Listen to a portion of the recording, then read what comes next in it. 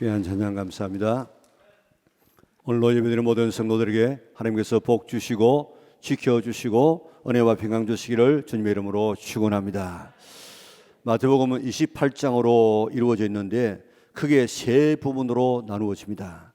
오늘 본문의 4장 17절에 나오는 이때로부터 하는 말, 아포토테라는 이 말이 세 번 등장합니다. 오늘 우리 본문의 4장 17절에 나오고 또 6장 21절에 나오고 26장 16절에 나오는데 이때로부터 하는 말이 거기에 나옵니다.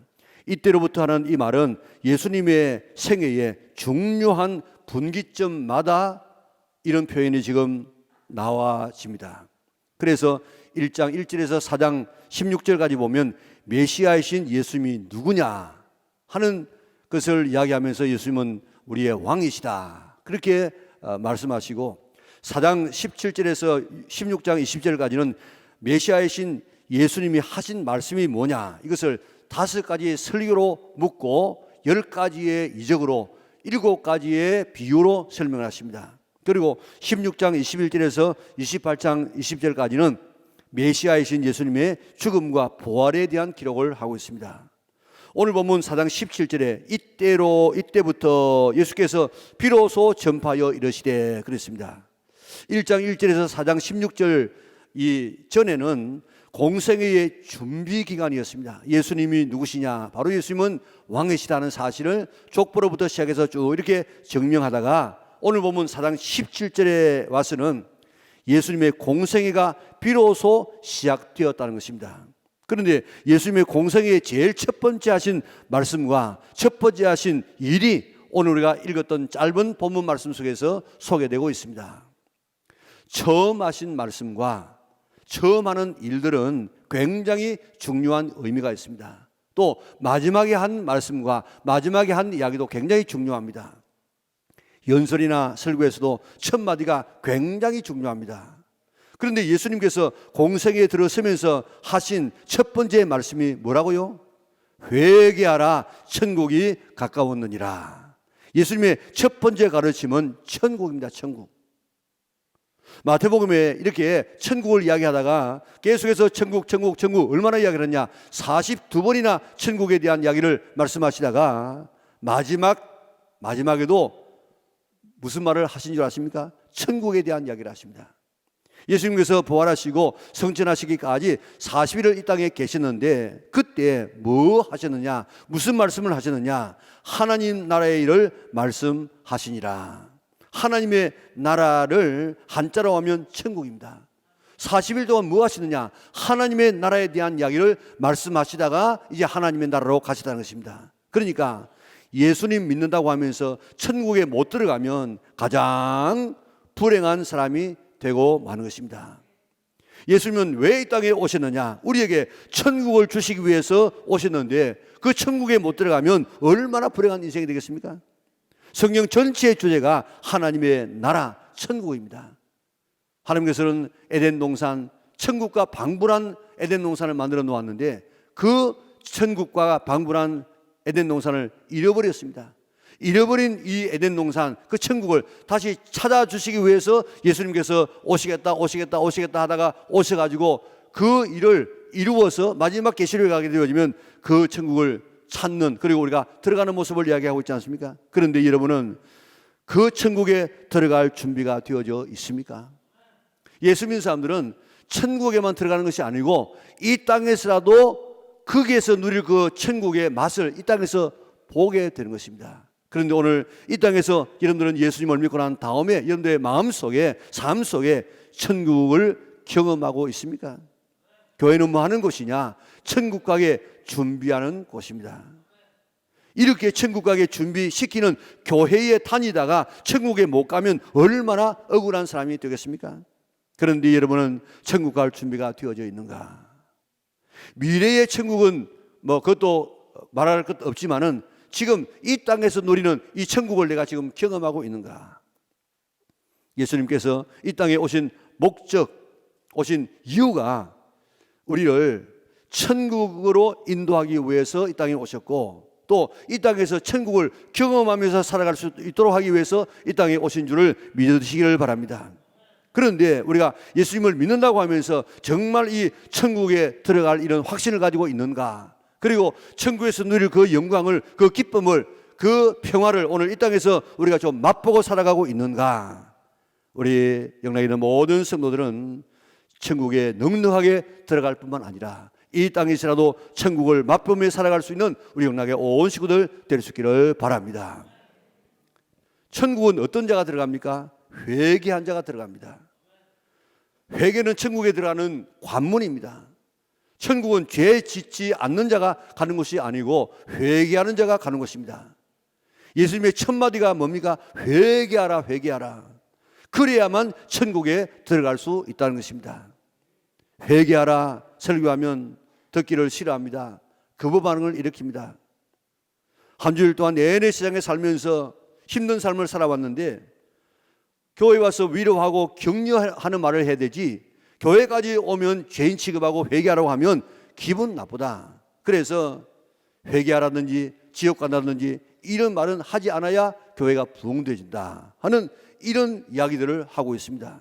그러나 예수님께서는 사람들이 싫어하는 말을, 기분 나쁜 말을 공생에 제일 먼저 하셨습니다. 왜 그렇습니까? 이렇게 기분 나쁜 말을 제일 먼저 왜 하셨겠습니까? 회개하라는 말은 헬라어로 메타노이아라는 말입니다. 우리말로 말하면 돌아서라 말입니다. 뒤로 돌아 갓 할 때 우리가 체육 시간에 뒤로 돌아 갓 하지 않습니까? 헬라 사람들은 메타노이아 하면 가다가 뒤로 탁 이렇게 돌아섰다고요.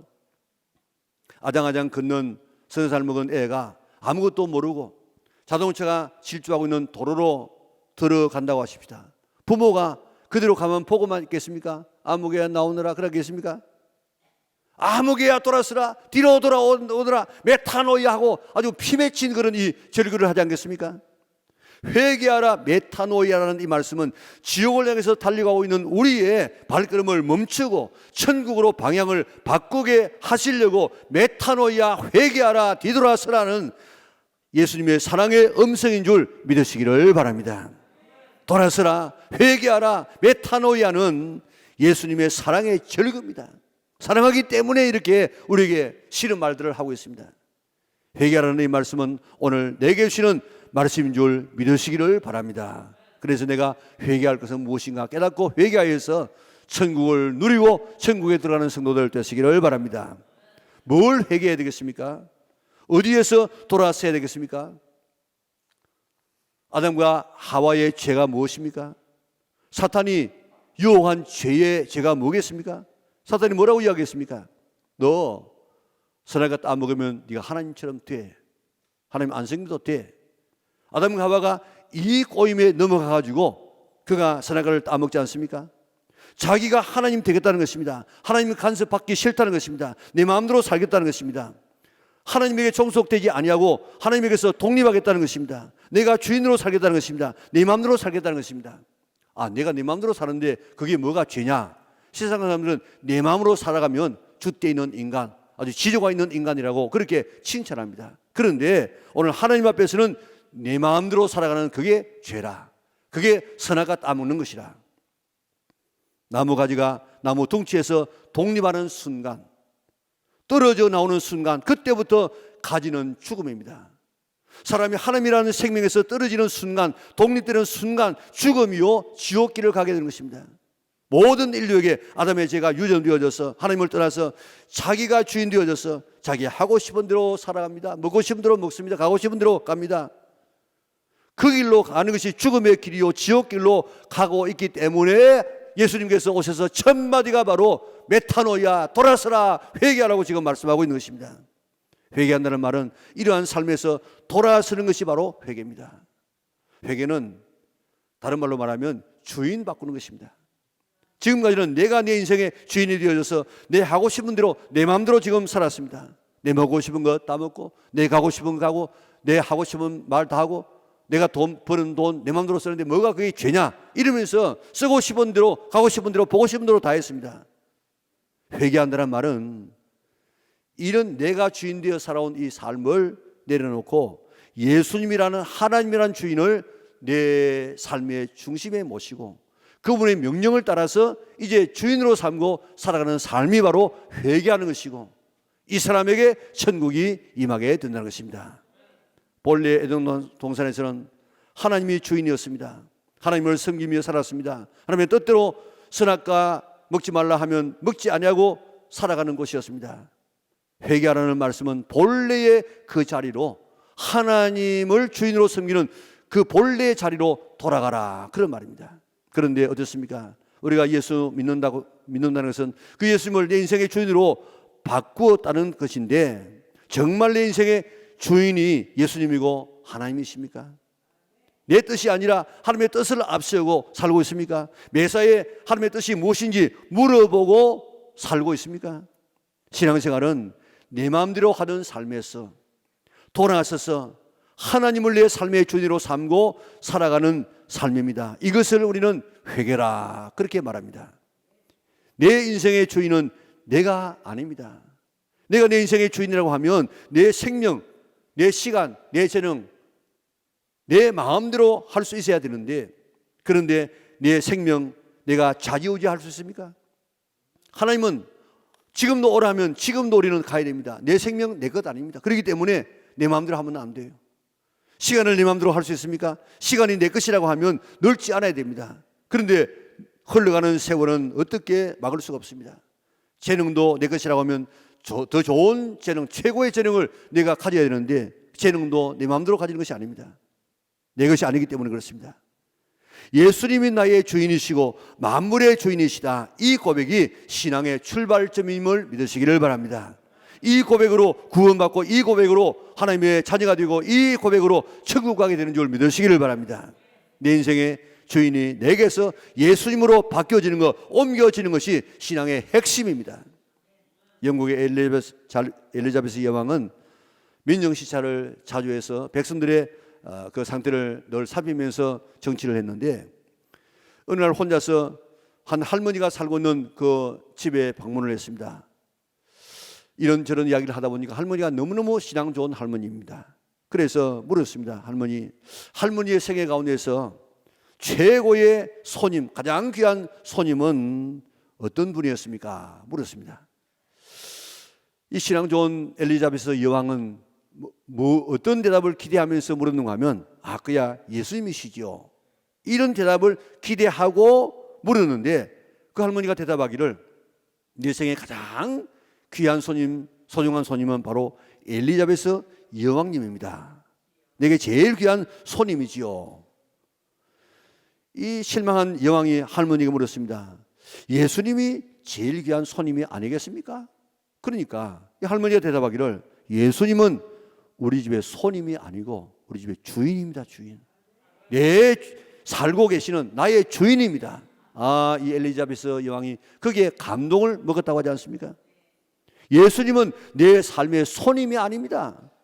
우리의 주인이십니다. 예수님을 내 삶의 손님으로 모시고 내가 주인 될 때 온갖 죄가 지어집니다. 오늘 예수님을 믿었는데 왜 삶이 안 바뀌어지는 줄 아십니까?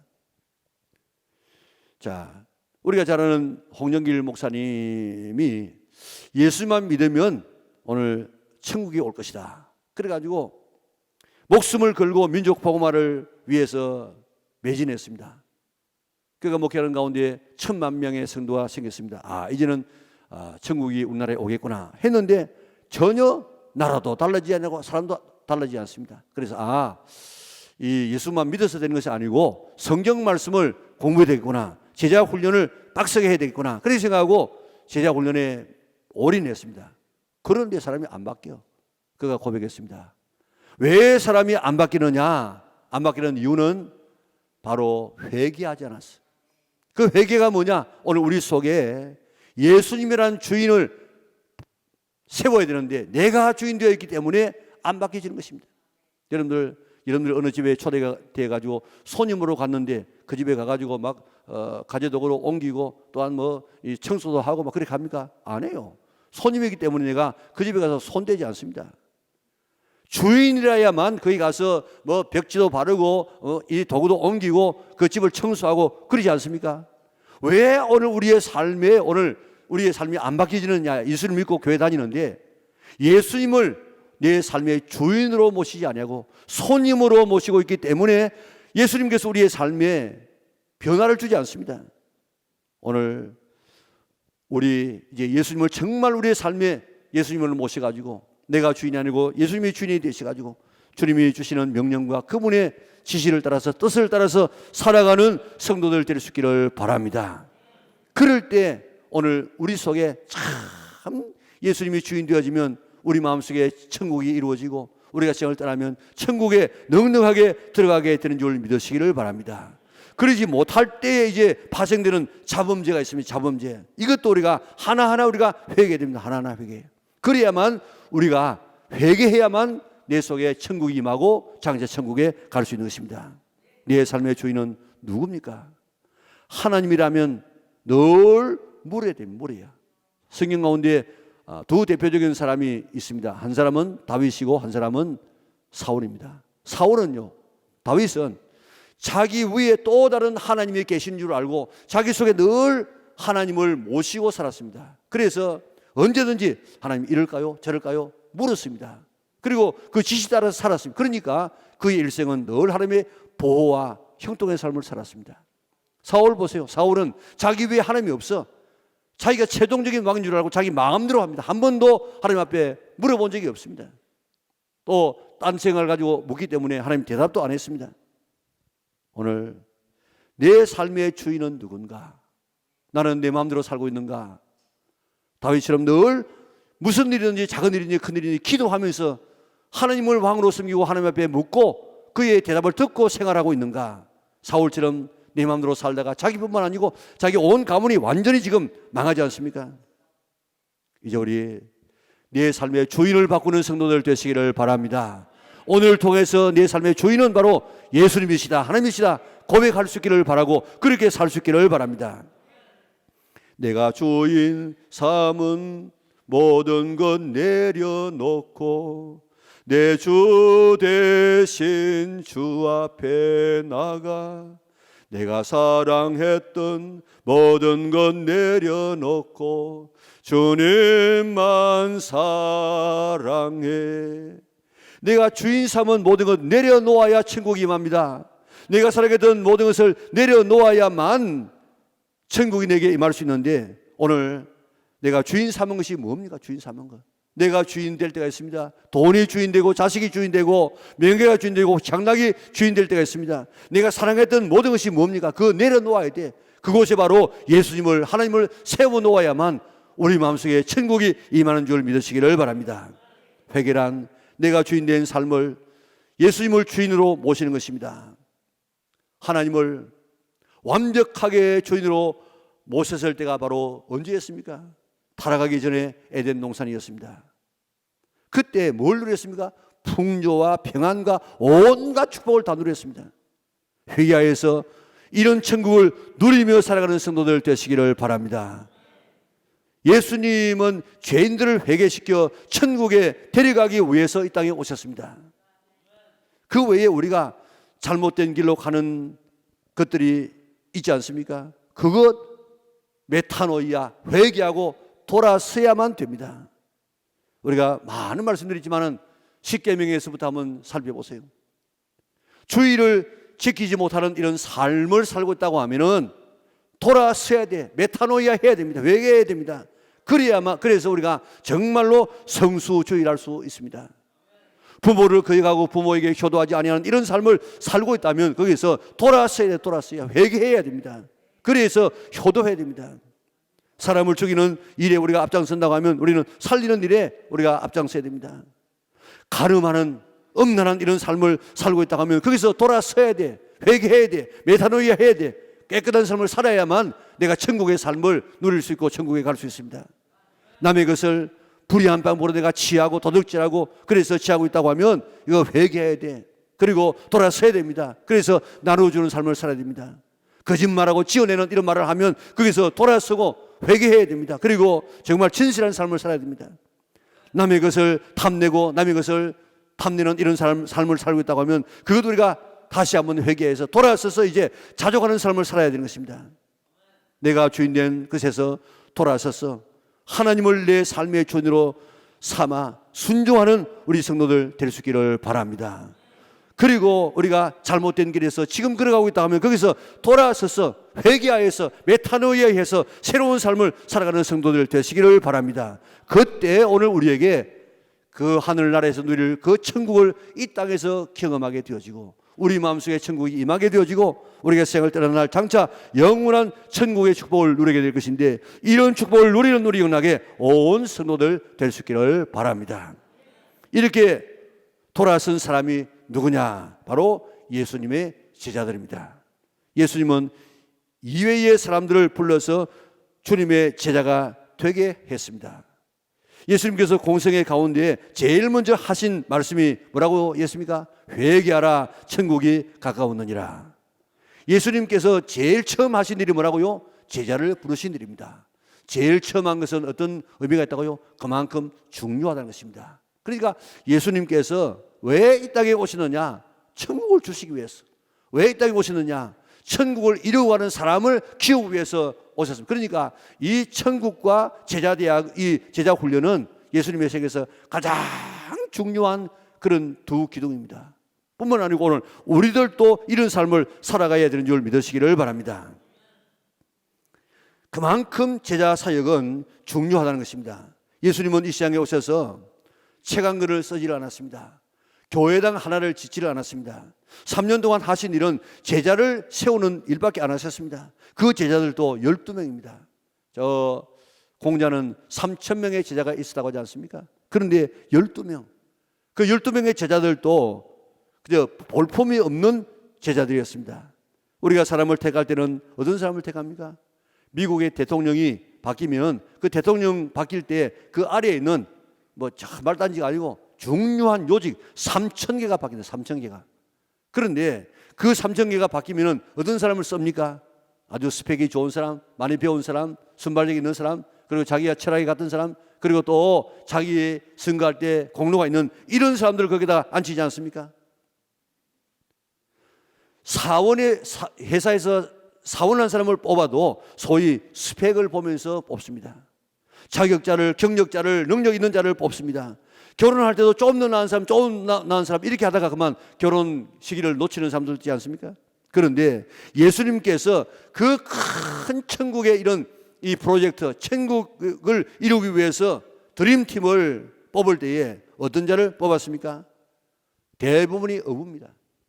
그 어부가 뭐 우리가 말하는 지금 원양어선을 하는 어업을 하는 이런 분이 아닙니다. 그 갈릴리라고 하는 그 조그마한 호수 안에 그저 금을 던져가지고 그날 벌어먹고 살아가는 이런 이 어부들입니다.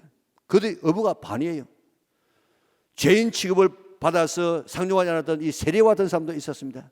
이름 없는 사람들이 다 예수님의 제자들로 뽑혔습니다. 하나님께서 사람을 쓰시는 방법이 바로 여기에 있습니다. 하나님은 이 돌들로도 하나님의 자녀로 삼을 수 있다고 했습니다. 하나님은 자격자를 쓰실 뿐만 아니라 자격 없는 자를 불러서 만들어 쓰시는 하나님의 신 줄 믿으시기를 바랍니다. 어떤 자를 쓰시는가? 우리 고린도전서 1장 27절에서 29절 우리 같이 한번 읽어보도록 하겠습니다. 그러나 하나님께서 세상의 미련한 것들을 택하사 지혜 있는 자들을 부끄럽게 하려 하시고 세상의 약한 것들을 택하사 강한 것들을 부끄럽게 하려 하시며 하나님께서 세상의 천한 것들과 멸시받는 것들과 없는 것들을 택하사 있는 것들을 폐하려 하시나니 이는 아무 육체도 하나님 앞에서 자랑하지 못하게 하려 하심이라. 아멘. 하나님께서 어떤 사람을 택하여서 쓰신다고요? 미련한 것들, 또 어때요? 약한 것들, 천한 것들, 그리고 멸시받는 것들, 그리고 없는 것들. 전부 것들이라는 것은 이건요, 그저 뭐 별 볼품 없는 사람들 아닙니까? 모두는 이러한 것들이 하나님께서 즐겨 쓰시는 5가지의 군대라 그랬습니다. 하나님께서는 하나님의 나라를 이루어가는 군대를 모을 때에 어떤 사람을 모으느냐? 미련한 것들, 약한 것들, 천한 것들, 멸시받는 것들, 없는 것들, 이런 것들을 하나님께서는 들어서 쓰신다고 했습니다. 그래서 지혜 있는 자, 강한 자, 있는 자들을 부끄럽게 하시는 하나님이시라고 말씀하고 있습니다. 자, 이런 하나님의 쓰심 때문에 우리 같은 사람도 오늘 여기에 부름받았습니다. 저를 의시한 모든 우리들은 다 이 5가지의 부류에 속한 사람인 줄 믿으시기를 바랍니다. 다 우리 것들이라 것들. 어떤 것들입니까? 미련한 것들, 약한 것들, 천한 것들, 멸시받는 것들, 없는 것들, 이런 것들이 모여가지고 지가 잘났다고 그저 내가 잘났다 네가 못났다 이렇게 싸우면은 하나님 보실 때 얼마나 그 참 가소롭겠습니까? 그래서 자랑하지 못하게 하기 위하여서 이런 것들을 택했다고 이야기했습니다. 그런 하나님의 선택 때문에 오늘 우리 같은 사람도 하나님의 자녀가 되어지고 하나님의 일을 하는 일꾼으로 쓰임받게 된 줄 믿으시기를 바랍니다. 예수님께서 부르신 제자들이 이 5가지의 부류에 다 속한 자들이었는데, 자, 어떤 자들이었다고요? 미련한 자들, 약한 자들, 천한 것들, 멸시받는 것들, 없는 것들. 예수님은 이런 자들을 제자로 양육하여서 하나님의 나라를 이루는 일꾼으로 삼으셨습니다. 하나님이 쓰시는 일꾼은 어떤 자격이나 스펙이 아니라 순종만 하면 어떤 사람도 쓰시는 하나님이십니다. 제자들에게서는 제자의 자격을 순종에 두고 있어요. 순종이 얼마나 중요한가 하면 절대적입니다. 오늘 여기 제자들 가운데서 순종 하나만 지금 볼 게 있지 다른 거 볼 게 하나도 없습니다. 어느 제자가 사람이 훌륭한 스승에게 찾아가서 제자가 되겠다고 그렇게 자청을 했습니다. 스승이 제자가 되겠다고 하는 이런 사람에게 배추의 모종을 주면서 이거 가서 거꾸로 심으라고 이야기했습니다. 그러니까 이 제자 되려고 하는 사람이 우리 스승이 말을 좀 잘 못했는지 모르겠다. 내가 좀 잘 못 들은지 모르겠다. 그래가지고 가서 지 생각대로 배추를 바로 심었어요. 그리고 다 심고 난 다음에 스승이 와가지고 다 심었습니다 하고 스승하고 가보았더니 배추를 바로 심어 놓은 겁니다. 스승은 제자가 되겠다는 그 사람을 보고 당신은 참 똑똑한 사람이라고 했습니다. 내게는 똑똑한 사람이 아니라 순종의 사람이 필요하다고 그를 돌려보냈습니다. 하나님께서 쓰시고 예수님께서 쓰시는 사람은 배추를 거꾸로 심으라고 해도 심을 수 있는 이런 순종만 있으면 하나님은 어떤 사람이든지 쓰시는 줄 믿으시기를 바랍니다. 베드로, 안드레, 요한, 야고보 보세요. 예수님의 첫 제자들을 보세요. 나를 따르라. 그러니까요. 적시 생각도 안 하고 누구한테 인사도 안 하고 배와 그물을 버려두고 자기 아버지도 버려두고 그는 따라났어요. 하나님은 예수님은 이런 자를 쓰시는 줄 믿으시기를 바랍니다. 오늘도 주님께서 우리를 쓰기를 원하십니다. 쓰시려고 할 때 예하고 불을 그때마다 지체하지 않고 순종하는 여러분을 되셔서 주님 앞에 쓰임받는 성도들 되시기를 바랍니다. 능력은 예수님께서 주시면 됩니다. 순종만 있으면 되어집니다. 하나님께서 쓰시는 사람들을 보세요. 아브라함이 뭐 대단한 사람인 줄 아십니까? 아브라함도 평범한 사람인데 한 가지 그에게 있다고 하면은 그런 순종의 사람이에요. 처음에 아브라함에게 이야기합니다. 너 고향과 친척과 아비 집을 떠나라. 우리 같으면 뭐라고 하겠습니까?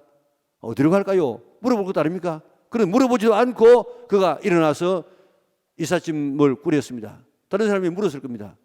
뭐 하느냐고? 이사 간다고? 어디 가느냐고? 모른다고? 정말 그러지 말고 진짜로 말해보라고. 모른다고. 그게 말이 되겠습니까? 오늘 여러분이 밤에 어제 중에 잠을 잤는데 하나님께서 밤중에 현몽하시기를 너 이사 가라. 그렇게 해가지고 아침에 일어나가지고 이삿짐 챙깁니다. 다른 사람이 와가지고 어디 가느냐고 물어보면 모른다고. 그 이름들 모르는데 어디 갈지 모르면서라도 그 말씀에 순종할 수 있겠습니까? 그런데 아브라함은 그 말씀에 순종했다고요. 모세 보세요. 모세도 뭐 대단한 사람 아니고 80세의 노인이었습니다. 양치는 이런 목자였습니다. 사사시대의 이 사자들 보세요. 뭐 사생아 무슨 이런 이게 아주 별 볼품없는 사람이 대부분입니다. 다윗 보세요. 다윗 아버지에게도 인정받지 못하는 사람이었습니다. 한 가지 있으면 하나님을 자기의 임금으로 삼았어요.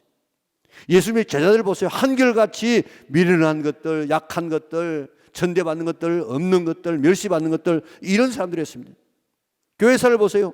역사상 가장 위대한 부흥사는 무디라는 사람입니다. 무디는 초등학교를 제대로 못 나왔습니다. 구두 수성공이었습니다. 그가 나중에 이제 은혜를 받고 교회학교 교사가 되려고 하니까 아무도 그에게 발을 맡기지 않습니다. 그래서 하도 하겠다고 하니까 그럼 네가 전도해가지고 네가 한번 반 만들어 봐라. 그래가지고 그가 만든 반이 모든 이 교회학교 학생들보다 훨씬 더 많았다고 하지 않습니까? 그리고 나중에 그가 은혜 받고 그가 이제 목회를 합니다.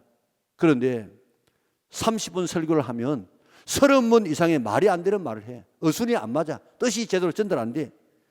그러면서라도 그가 복음을 전했는데 그가 100만 명의 사람들을 인도하는 그런 이 봉사가 되지 않았습니까? 거기는 다른 거 없어요. 그는 한 가지 오직 하나님의 말씀에 순종해서 기도하라면 기도하고 전도하라면 전도하고 그거밖에 없었어요. 미국인들이 제일 좋아하는 일본인은 하천풍원이라는 사람입니다. 그는 기생의 아들로 태어났습니다. 아버지가 누구인지도 몰라요.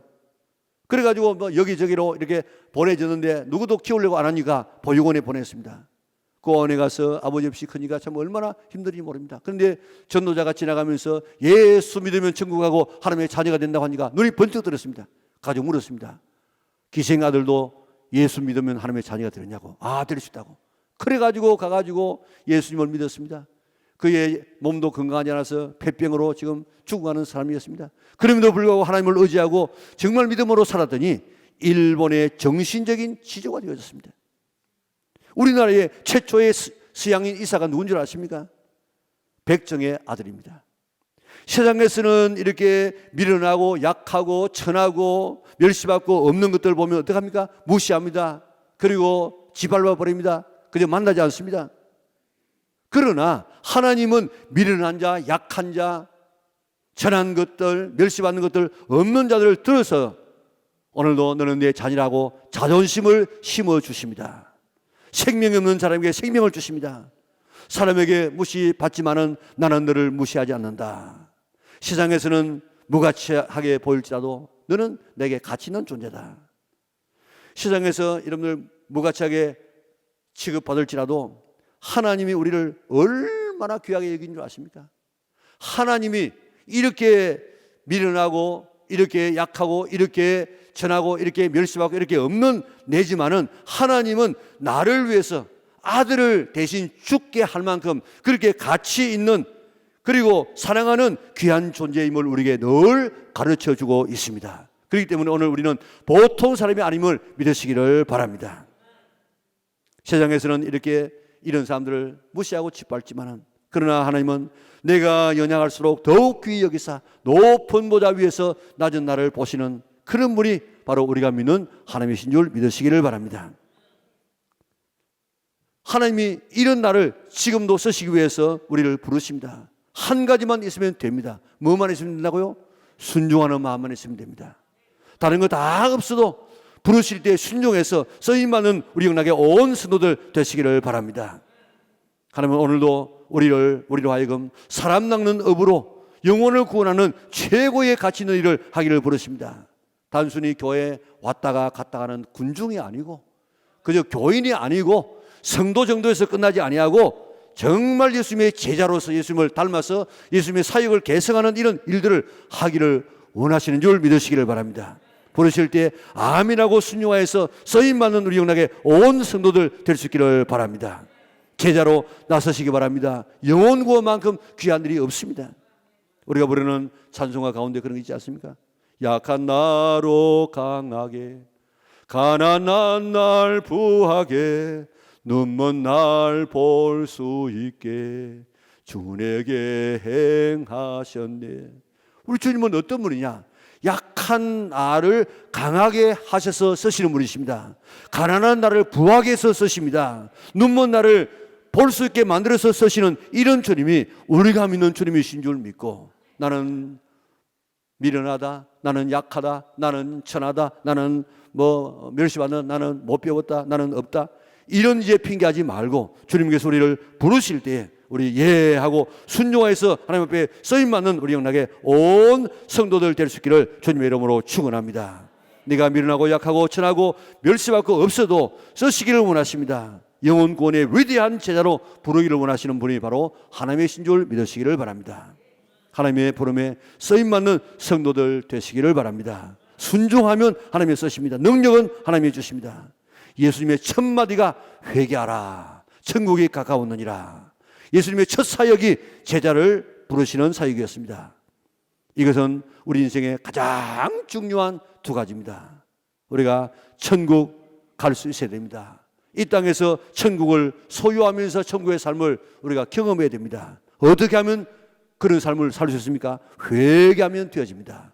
어떻게 하는 것이 회개라고 했습니까? 내 마음에 내가 주인 아니고 내 마음에 예수님을, 하나님을 내 인생의 주인으로 삼게 되어지면 그에게 천국이 이루어집니다. 우리가 잘못해서 지었던 자범죄, 이런 십계명에 나와 있는 이런 죄들 내가 살지 못했으면 이제 다시 거기서 돌아가서는 회개하는, 메타노이아 하는 이런 삶을 살아서 날마다 우리 마음속에 천국을 경험하고 천국에 넉넉하게 들어갈 수 있는 성도들 되시기를 바랍니다. 예수님이 부르실 때 쓰임받는 성도들 되시기를 바랍니다. 내 능력, 내 배운 것, 내 가진 것 없어도 됩니다. 순종만 하면 정말 가치 있는 삶을 살아갈 수 있습니다. 회개하여 천국을 소유하고 가장 가치 있는 영혼권에 쓰임받는 우리 영락의 온 성도들 될 수 있기를 주님의 이름으로 축원합니다.